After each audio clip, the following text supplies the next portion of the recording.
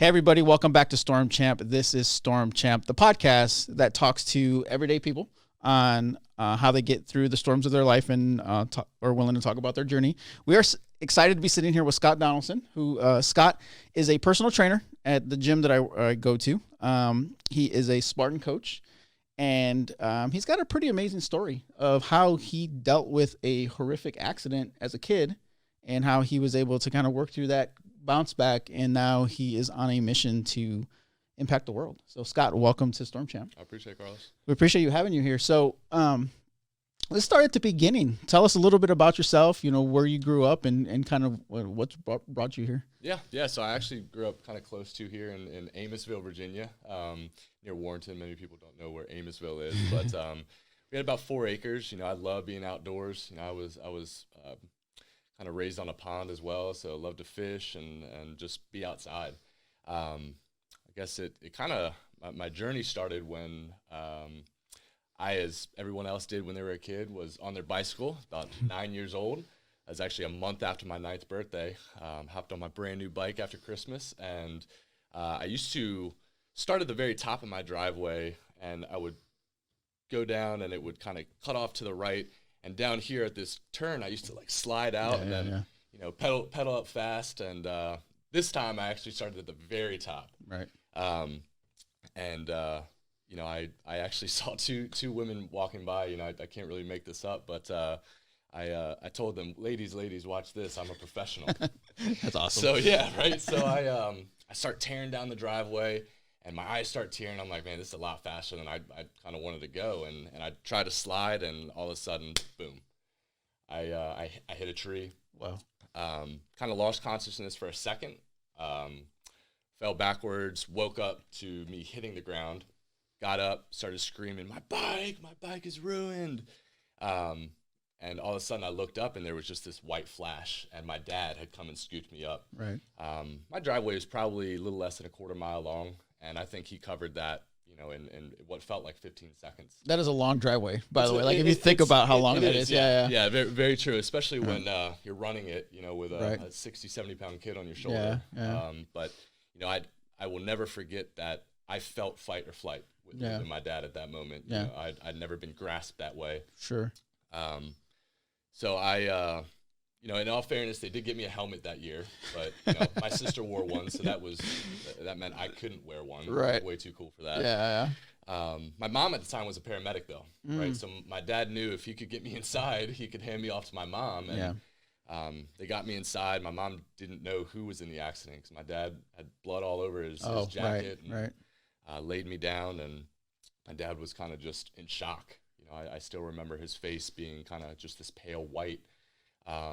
She went immediately into the polyparamedic mode, and she knew that if she was going to call the ambulance, that it would probably take a little while for them to get to me. So she loaded me up in her baby blue 94 Cadillac Fleetwood and raced me to Fauquier Hospital. You got the Cadillac Bloody Man? Oh, yeah, man. Nice. Oh, yeah. Wish we still had it. Yeah. That was probably the smoothest ride, and I would plug Cadillac there for a million times over because I still remember my head pounding. Yeah. She turned on the music at what I thought was a dull roar, and it just felt like it was just pounding in my head. Right. So I finally got close to the hospital. The station that my mom worked at was at the bottom of the hill. And she stopped in and told, the guys that she worked with, hey, Scotty's been in an accident. Can you get to the hill, which they called the hospital? Sure. So they rolled me in, and doctors were like, Sally, what are you doing here? And she's like, well, my son's been in an accident. I think he's broken some of his teeth and his nose. He needs to go back for a CAT scan. So they got me in, and they came out, and they said, Sally, the helicopter will be here in 5 minutes.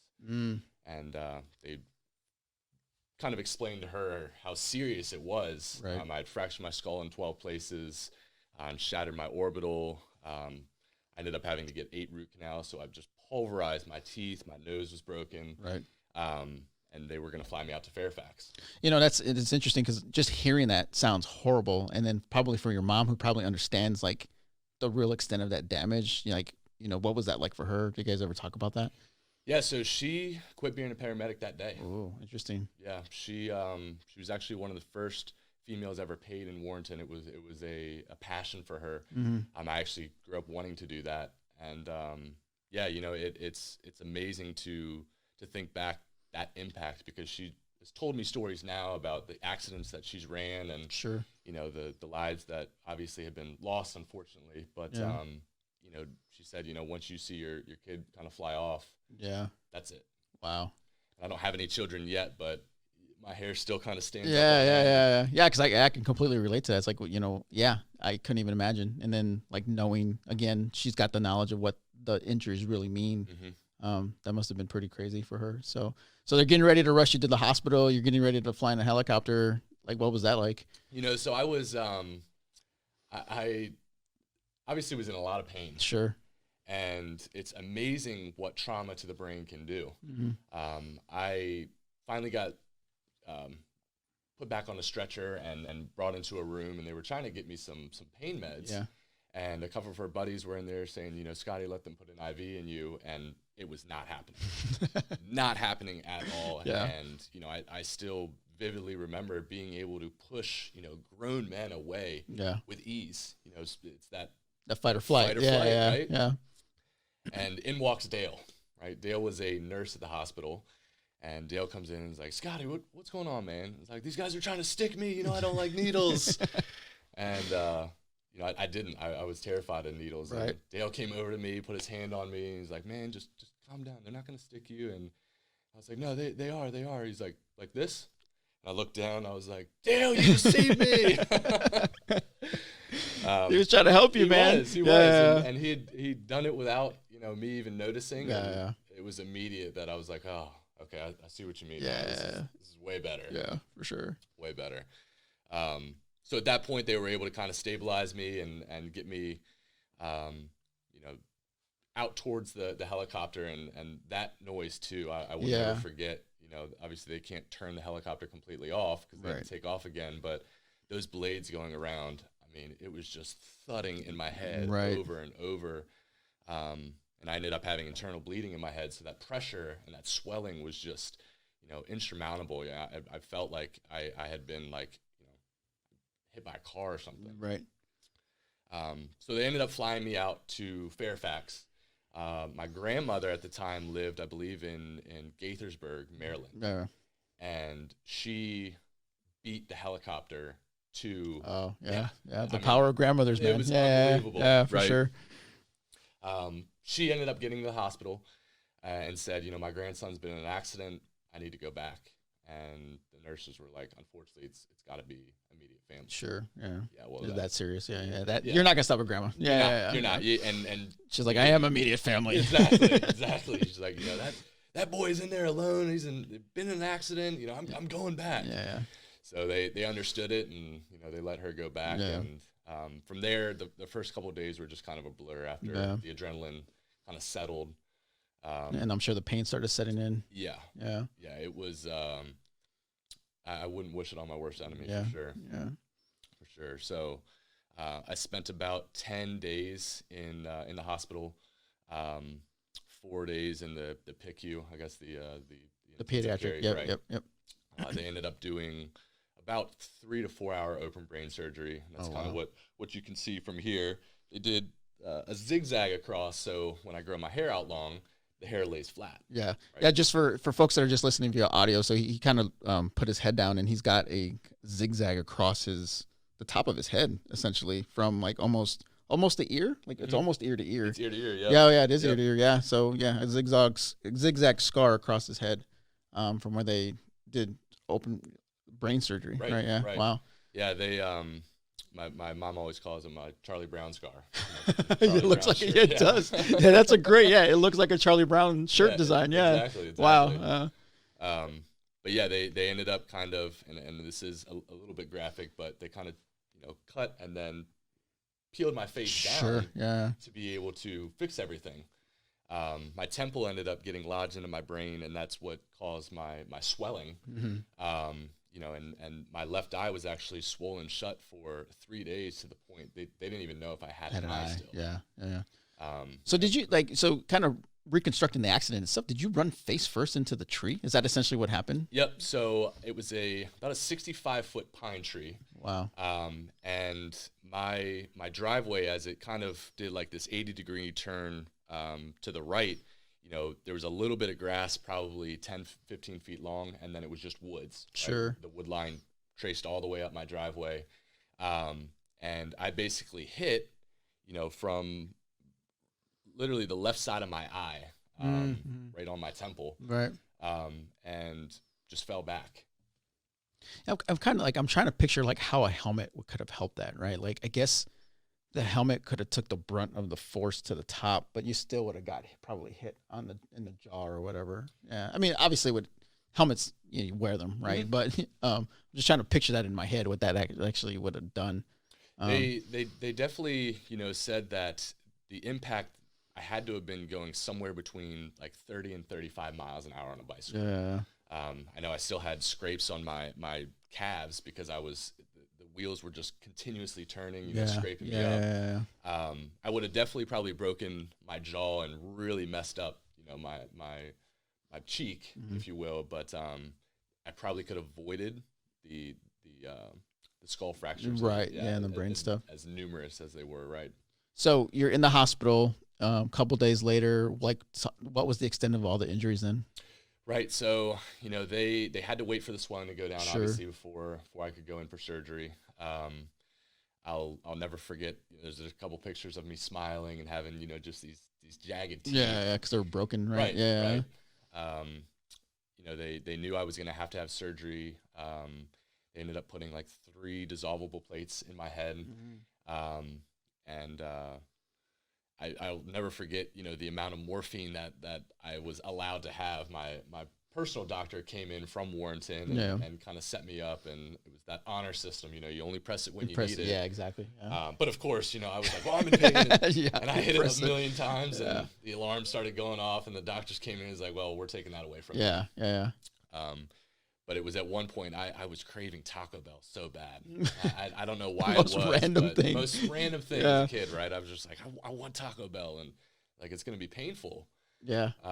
Because you think about that, like you have to chew, and it goes all the way up into your head. Yeah, that's interesting. Right. You don't ever think about it until you have a brain injury. Yeah. There's a lot of applesauce and smoothies, right? Yeah, for sure. But somehow I got down 2 chalupas and a soft taco, and still to this day, that's probably one of my more favorite meals. But that's funny. Yeah. Ever since then. Yeah. So was it just injuries to your not that it just injuries to your face, but I mean, any broken bones, arms, anything like that, or? Nope. Very, very fortunate that my head took the brunt of it. Yeah. That's a little debatable, right? Right. But no, I guess I had some bruising on my tailbone, from the impact of just falling back. But, luckily, I guess the way that, I am still alive, so that's why I do say luckily. Yeah. I only escaped from the chin up, basically, right. Sustaining injuries, no broken fingers, ribs, or anything of that nature. How long were you in the hospital? It ended up being 10 days because my mom was able to bring me home and then kind of administer care. Okay. Yeah. But I was bedridden for 3 months afterwards. So what'd you do during the 3 months? So I ended up watching a lot of The Price is Right. Still love that show. Absolutely love that show. That's awesome. Was it Drew Carey doing it by then? Okay, yeah. I was gonna say I don't know if it was Bob Barker by that point. So well, there. I think Bob Barker was in the original. I might have had like the switch. The switch over. Yeah. Okay. I know I watched all of the old Batmans. Okay. And I ended up getting homeschooled as well. Right.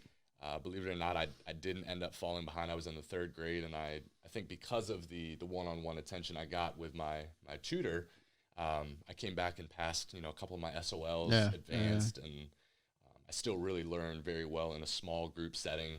So it took a while to kind of get acclimated again, but I was very fortunate that my mom was able to administer IVs and really watch over me, or else I probably would have spent a lot more time in the hospital. How many surgeries did you end up having? Just one. Okay. Believe it or not, it was just one. Dr. Dufresne and Dr. French. I will never ever forget those names. My plastic surgeons and surgeon. Yeah. I get it all the time when my hair's long. You you would never. Yeah, I mean, honestly, I'm looking at you right now. You can't even tell until you put your head down. Like Right. you really can't see it, right? Yep. Yeah. And for a long time, my mom actually wouldn't allow me to shave my head. I didn't ever shave my head until I was 18. Interesting. Um, What was that? What was the reason behind that? Being different, Oh, right? interesting. At that age, when you're different, it's a lot easier to, bullying and Sure. kind of pointing out differences Yeah. and not fitting in. Yeah. Um, Did you experience any of that? yeah, I always say it was more just friendly banter, Right. now looking back on it, but there was definitely some, I wanted to not be that outcast, but Sure. I was put into, at that point, I think it was an IEP class, Yep. just to help me, right, in that smaller setting. But for me, my mom was punishing me. My mom was putting me into a class, where I was slower, so at that point, I felt like, I was automatically being bullied. Yeah. I understand. So how do you kind of, it's tough for a kid, right, to kind of process that and then, figure out ways to get past it. Like, how did you do that? Yeah, it's amazing. My friendships with my friends didn't change. They were still just as caring and as just wondered what was going on, and I think just being able to talk with my mom, and I ended up talking with a counselor for a long time. I still thought that was punishment. I just wanted to be normal. Yeah. But I look back and I appreciate the route that was taken to help me, get back to being, as normal as possible. Sure. Because they didn't know what learning disabilities I might have. Yeah. I guess because a lot of stuff could emerge as time went on. Maybe it didn't happen like right away, but as a couple of years pass by, brain starts to heal differently or whatever, and some stuff can kind of pop out. Did you run into anything additional? There's I don't know if dyslexia came from that or that was just kind of genetic. Yeah. I struggle with math a lot, or I did struggle with math. Struggled with applying myself a lot. I wanted to blame the world. Oh, okay. It wasn't fair. Yeah, you were the victim. Right. Yeah. Exactly. And as a kid, it was a struggle that no one else could understand. You weren't here, so you weren't going through it. And it wasn't until about 9 years later, after recovering, going through middle school, high school, that I actually suffered my first seizure. Okay. So that came about. They said there was a small percentage, that I could end up developing epilepsy from the scarring in my head. Okay. And I guess it was a 9 to 10 year mark that, between that time, if it's going to happen, that was the time. Yeah. Wow. So seizures can be scary for folks. So tell me about that. Yeah. So, my first one that I remember, and I know I was in front of my parents at that time, I was 18, laying on the couch, and I woke up and there were paramedics around me. And I was like, Mom, what's going on? Oh, so you didn't even know what happened? No idea. Oh, wow. Okay. I had no idea. Right. And I was like, get away from me. First of all, I'm an adult. Yeah. You can't take me. I know my rights now. That's funny. That's funny. Yeah, stubborn for sure. Right. And too bad Dale didn't show up. It's like, look. Yeah, right. Where's Dale? Yeah, so the paramedics were trying to explain to me, hey, you had a seizure. My mom was trying to explain to me, and I was like, no, I didn't. I've been taking a nap. Yeah. Really foggy. I do remember being really foggy, but I didn't want to believe that. So the paramedics said, all right, well, if you have another one, you got to come with us. Right. I said, fine, but just, you don't need to be here. The paramedic ended up actually giving my mom his cell phone number. Oh, interesting. They didn't even get to the end of the street, and I had another. You had another one. Well, okay. So two back to back. Yeah. And I was actually taken to the hospital over in Heathcote, off of Heathcote. Yeah. Which is kind of brand new at that time. Hard to believe that's been around for like 12 years now. So again, for folks not in the area, that's the Northern Virginia area that we're talking about, to the hospital. So. Yep. They ended up running some tests, did an EKG, and my neurologist, who I've been seeing since I was 9, during that accident, ended up diagnosing me with epilepsy. Absolutely. Okay. So for traumatic brain injuries, there's that risk of running or running into issues with epilepsy. And it was probably, I mean, it was 2 or 3 years before we ended up finding my dosage for my medicine. Right. Yeah. Me getting over the fact that I needed medicine because, I was Rambo and you can't tell me that I needed medicine. Yeah. Yeah. Just being honest, looking back at it, I was extremely stubborn with it. Again, I didn't want the accident to kind of relive itself, and right. And I didn't want to be different. Yeah. So that's interesting. So let's see. So I'm trying to paint the picture here. So you had your first seizure at 18. Mm-hmm.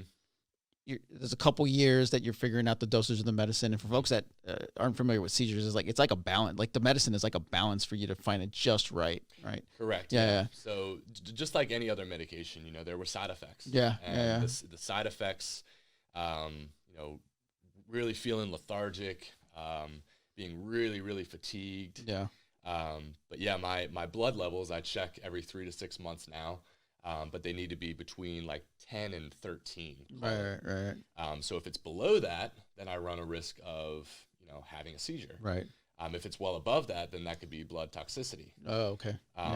So there are a couple different types, or many different types of seizures, and the ones that I was suffering were grand mal seizures. And those are the really big ones, bad ones, right? Yeah. Right. So that's basically, I'm losing oxygen to my brain for well over 50 seconds to a minute. Wow. Okay. And complete, I have no control. I'm not even conscious. Right. So I spent, that first part of my 18 year, my 18th birthday, I guess, dealing with that medication, and I actually started to find fitness during that time as well. Mm-hmm. I was definitely the skinny mini in high school. I always wanted to play contact sports, but never for obvious reasons. So I was a tennis and golf type of person, loved it, played it really well. But, fitness actually started coming around when I graduated in high school when I was 18. So what drove you to fitness then? Like what was the draw there? My best friend at the time, Josh Dunn, he and his brother were always working out, and they were, always bigger, more muscular guys. Sure. And, if you want to be like them, then you got to do what they do. Right. Right. Yeah. So he kind of got me into it, and, it felt good. It felt like I had control of something, with my body. Okay. When you have a seizure, you lose control. Yeah. If I can take control back, then mentally and physically you feel a little bit better. Sure. And then so you got onto this fitness journey now to kind of take back control. You're still dealing with the seizures though. How often were you having seizures at that point? Yep. So, the first few years, I was lying a lot about them, to be honest. Oh, interesting. Okay. When I had my first one, I ended up losing my license for 6 months. Right. And I didn't even get my license until I was 18. I waited a while, and sure. I ended up having another one 5 months later and lost it for another 6 months. Sure. Yeah, every time you have them, you have to report that, and it Correct. extends out the time you can get it back. Right. Yeah. Right. So if I go to the hospital, if I go in ambulance and the paramedics report to the DMV that I had a seizure, then most likely they're going to take my license, right? Yep. So it was. There were a lot. I can't give a number. Probably well over 10 a year. Oh wow. And now that every one of them caused you to have to go to the hospital, were they that big? So they were that big. Wow. Okay. But I never told them. Oh, interesting. So you should have went, Correct. but because you weren't being honest about it necessarily, or forthcoming about That's it, right. then Right. Oh, okay. I was scared to lose my independence. Yeah. Right? Yeah. And I normally only have them when I'm asleep. Okay. So I wake up. Your brain, isn't focused on something. It kind of just starts going haywire, which when you're asleep, dreams are all over the place. Sure. Yeah. And I would wake up and I'd have like 15 to 20 seconds and I'd have this aura, right? I would just feel like I start to get really tingly. Yeah. And I just knew it would come on. And then basically I would be awake for the first 15 to 20 seconds. If you can imagine a calf cramp. Yeah. In every muscle fiber in your body. Oh, wow. Going over and over and over. Yeah. You basically faint after it. I can't take the pain. You can't, yeah. And I wake up. Wow. That's really interesting. Okay, so you're sleeping, you wake up, something wakes you up, and it's probably because you're feeling this come on. Correct. So your body wakes you up, and then oh shit, it's coming. Yep. And then it happens, you pass out because it's super painful. Yep. And you were hiding that? then I wouldn't tell anyone. Right. Because, I knew what I had done. I knew what had happened the first couple seizures, right? Sure. I did go to the hospital, but they couldn't really do anything. Yeah. What do you do? Yeah. You have That's them, interesting. right? Yeah. If my levels aren't right, then you take medicine and you get your medication right. So for a long time, it was a battle of me taking my medication, me knowing I needed to take it so I wouldn't have them. And, I being honest, it was well into my late 20s, and I'm 30 now, that I put a lot of people in a very uncomfortable spot. I told my friends, family, anyone I was around, don't ever call the ambulance. And I didn't realize the impact that I think I had on people for that, to put them into that position. Right. Yeah. Because I've only ever seen one person have a seizure. Right. And it's awful. Yeah. Absolutely. It's awful. Yeah. And so yeah, I was I guess I lied a lot about the seizures that I had, and I kept them quiet because I didn't think anyone could do anything extra for me. Yeah, that's interesting. So, yeah, the impact on people, and then just even on potentially on yourself too, right? Mm-hmm. Like if you're That's not right. getting, so part of the hospital trip is to, there's not a lot they can do, but they can check you out, make sure there isn't any lingering effect, I'm assuming, right? Right. So, and you're kind of putting yourself at risk by kind of what I would call being prideful. Yeah, of course. That's exactly what it was. So what switched it then? Like why? Like did at some point it's like, look, I just can't. I gotta start being honest about this stuff, or is it still a struggle? Yeah, no, I mean, I think it came down to, I realized that they can do more than just check me over and send me on my way. Sure. I'm extremely fortunate in the fact that as long as I sleep and as long as I take my medicine, I'm fine. Right. So you don't have them when you're awake or during a day, lights, or anything like that. That doesn't trigger affect them. me. Yeah. Okay. Right. I've had one in public when I was serving, and I don't know why that came on the way it did. Yeah. But I think it just clicked that my family around me, my wife, I was putting my wife in really uncomfortable situation. Yeah. Making her, lie to my mom, lie to my family. Yeah. They would ask, has he been all right? Because down at school, I check in, but of course I'm not going to tell them. Yeah, I gotta tell them, right. So I think it kind of built up to the point of, it's time to be honest. It's time not to lie. It's time to accept that, yeah, I'm dealing with this and I can get help. Sure. Yeah. And I think a big part of this is you being able to help other people that are also suffering from this condition, and maybe you're being a little prideful in how much they're talking about it, or getting help about it, right? That's right. And with fitness, of course, when I have a seizure, it puts me out for days. Okay. Days. Yeah. And 2 years ago, I was on this rampage of health and fitness. Sure. Right. But the one big thing I was not doing, I was working out twice a day. I was eating. I was training, 12 hours a day with my clients. Right. But I wasn't sleeping well. Oh, yeah. For about 3 months, I was off and on, and I got into the best shape of my life, and then I had like 6. Yeah. In like 36 hours. Yeah.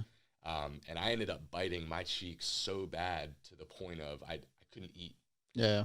And for me, if I need don't to eat, I start to lose weight. I lose muscle. I lose my gains, if you will.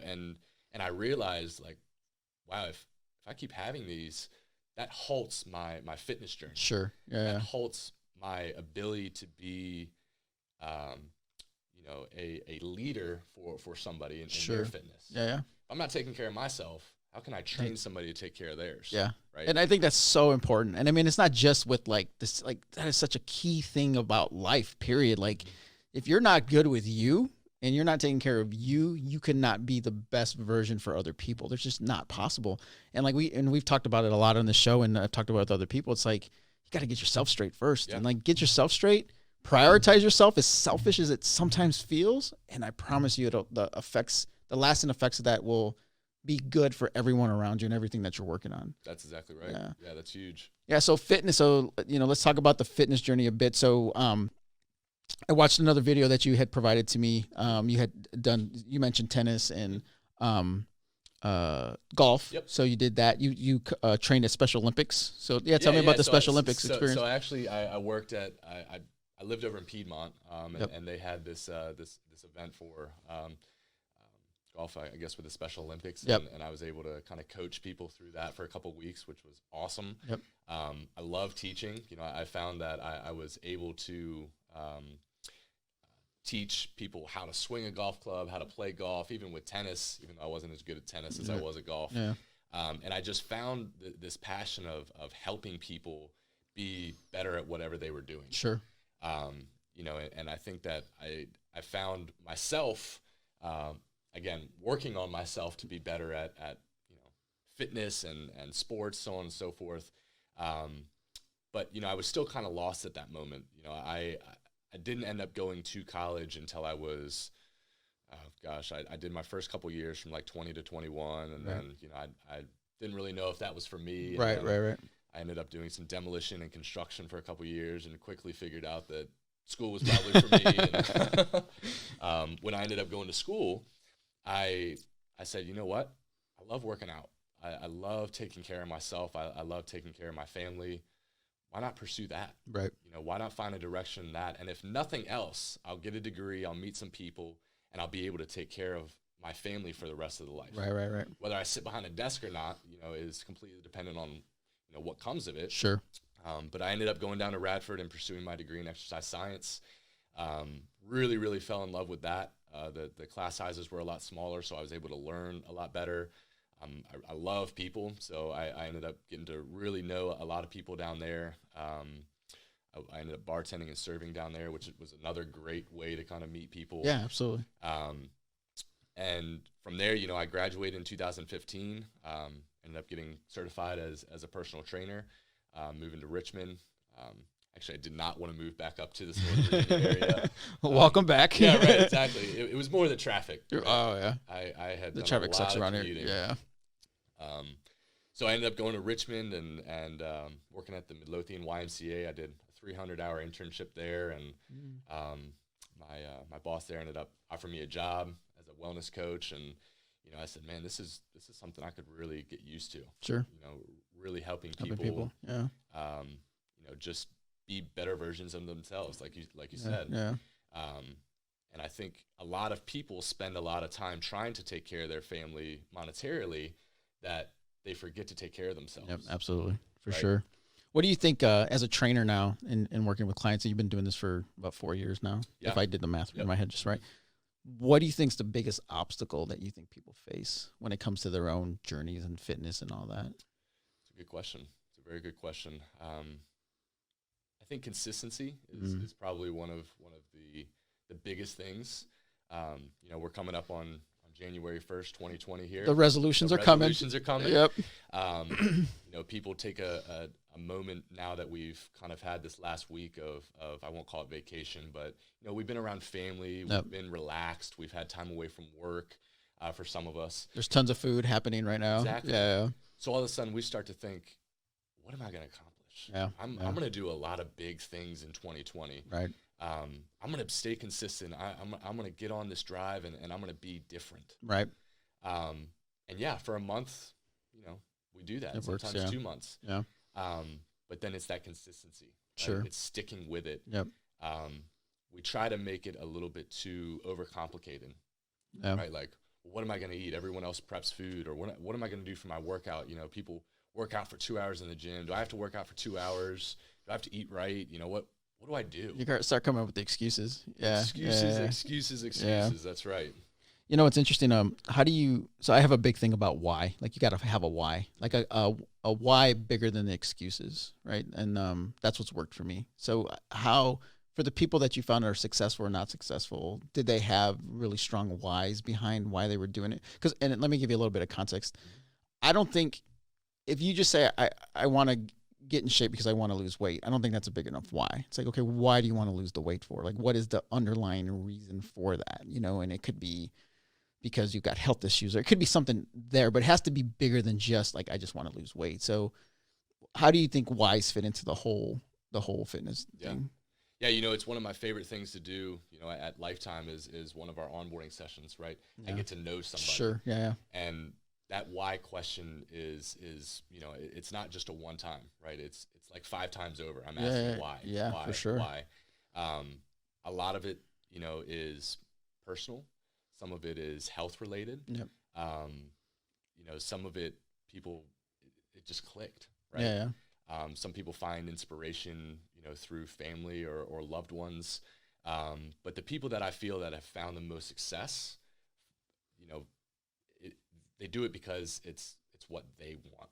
Right. Right. I can't tell you how many people I've met, I'll ask them, so why Lifetime? Why are you here? Yeah. Today? Why you're here?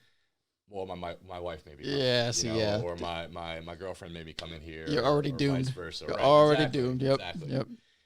You got to want it for you. Yep.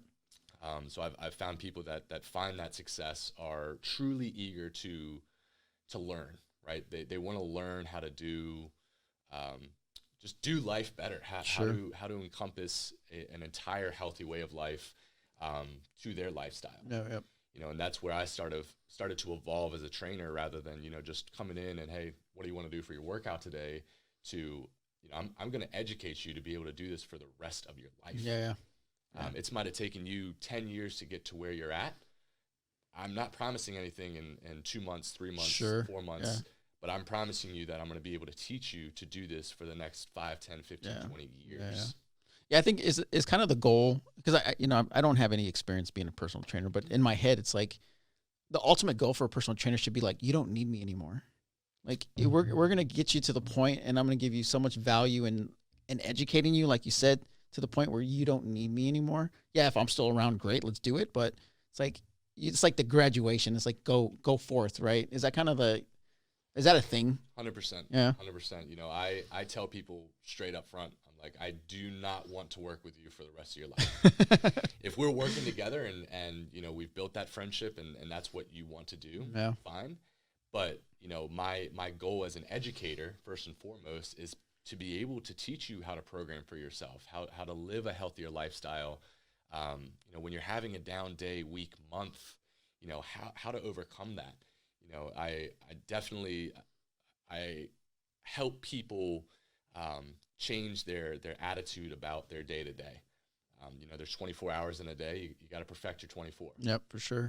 You spend 8 to 10 at work. There's still 8 to 10 outside that you can do something impactful to change your life. And I think with people that struggle with their consistency and struggle with I guess finding their way on their own, that's where personal training is great. That's where coaching is great. Just getting involved with someone that has that background and just a little bit of direction. Right.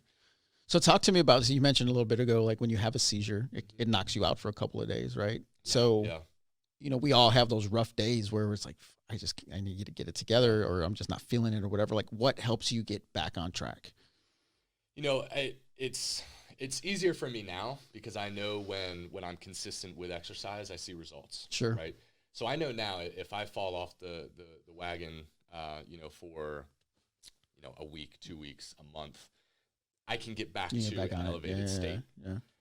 So that has helped me a lot, just finding success with being healthier. I think that when I'm feeling absolutely down in the dumps after a seizure, I just keep reminding myself that, I'm not the only one struggling. Right. There are people around me that are struggling. There are people around me that, do this every day. There are people that have seizures every day, sometimes hundreds of seizures every day. Myclotic seizures, and I can do this. I can do this for them. I can be an inspiration to them. Sure. So I try to find inspiration in my downfall to help me get back up and keep moving. And what do you do when you see people are struggling? How do you help them? Just talking. I think talking is a big point. Not everyone needs to go work out. Not everyone finds happiness through that. Not everyone finds their way through fitness, and that's perfect. Sure. Yeah. But I think communication is key. Yeah.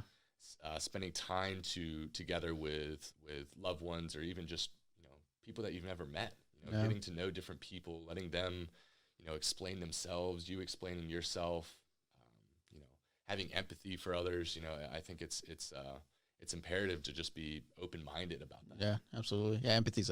I'm huge on empathy right now. That's like my thing. Like, just being able to understand where that other person's coming from, even if you don't agree with it, even if you don't like never lived that exact thing. Like, you may have probably gone through something similar. It's like, That's right. how did I feel when shit just sucked? Like, Mm-hmm. and then understand that person might be going through that right now. That's right. So what's the why for you then? The why for me, that's a great question. My why changes or has changed over the years. Yeah. But my main why is, I have another shot. I have another chance. Mm-hmm. I've had a lot of chances. Yeah. Right. I didn't realize how impactful and how hard seizures are on the body. Yeah. I would hear like John Travolta's child, he passed away from a seizure. He actually had a seizure, fell back, hit his head on the tub, and passed away. Yeah. Right. Yeah. A week later, I had that same thing happen. Right. I fell back into my tub. I didn't hit my head. Why wasn't that me? Sure. Yeah, probably an inch or two one way or another. You could have hit your head, right? Yeah. And my accident, an inch or two one way or the other. Yeah. When I have my seizure, a second longer, 10 seconds longer, a handful of minutes longer. Right. Less oxygen to the brain. Why am I not worse off than I am? Right. So I have to remind myself my why is because I have an opportunity to do more. I have an opportunity to live. Yeah. Is that a conscious thing that you think about? Like, when you have a seizure, it's like, shit, I got another chance here, Now it is. For sure, It is. It's so important to me now. Yeah. And if I ever end up having another one, it's been a couple years, thank gosh. Yeah. But if I end up ever having another one, I think that I will be completely submersed with the hospital and my neurologist and chiropractors, whoever I need to talk to say, what can I do to help get back faster, and why did this happen? Right. So we talked a little bit earlier about being normal, mm-hmm. like how, and I'm of the opinion that sometimes no one's normal, right? So and it's okay, right? So how does that play into it for you now? Do you care about being normal anymore? I really don't want to be normal. No, absolutely not. No, everyone is unique, and that's what makes our species great. Being a human being great because everyone is unique.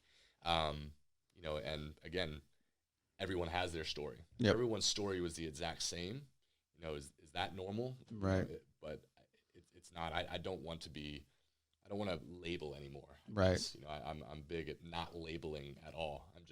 I'm me. Right. Right. And I'm having a normal life, I guess you could Right, say, right, for right. me. Sure. It might look different to somebody else. Your life looks different to me, but whether That's it's okay. normal, that's okay. That's your life. Definitely. Yeah. Definitely.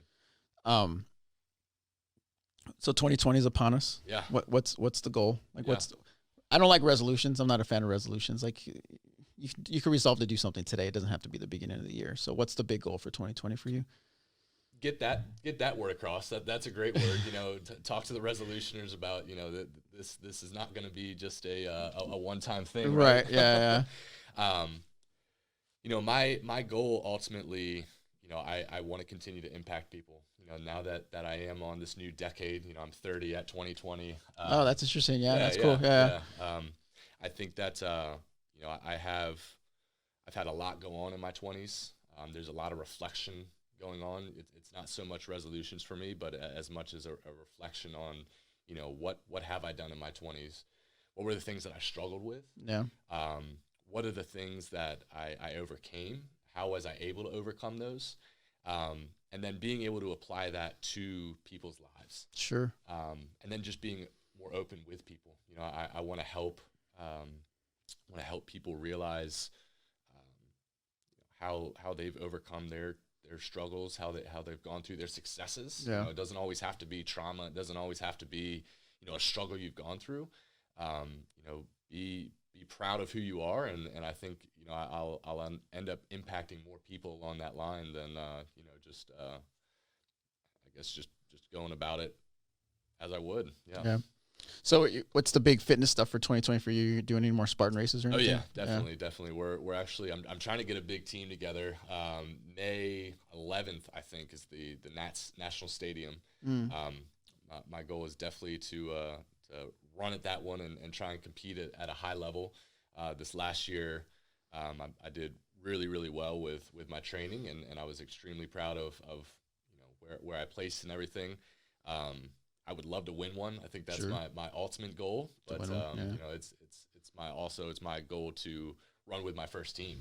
Yeah. I got certified as a Spartan coach back a few years ago, and SGX. It's actually an SGX certification, so Spartan Group Exercise. So it's about being around people. Sure.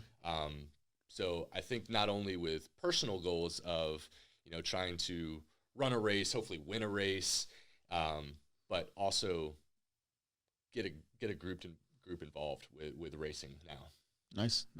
So as we're wrapping up here, where can people connect with you?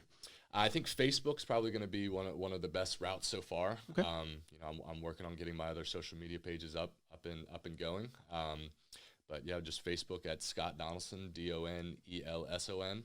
I'd love to hear your story if you have one. I'd love to hear anyone's story and triumphs, tribulations, anything along that line. Awesome. Yeah, we'll be sure to link it in the show posting for this episode. So, last question: What's the legacy you want to leave on the world? That's a great question. I'm big into stories. I think that's one thing that drew me to you and your podcast, right? And hearing Sean's story. Yeah. Everyone has one. Sure. Everyone has a story, whether it's brought on by accident, whether it's brought on by trauma, whether it's brought on by success. Sure. Whether it's brought on by work.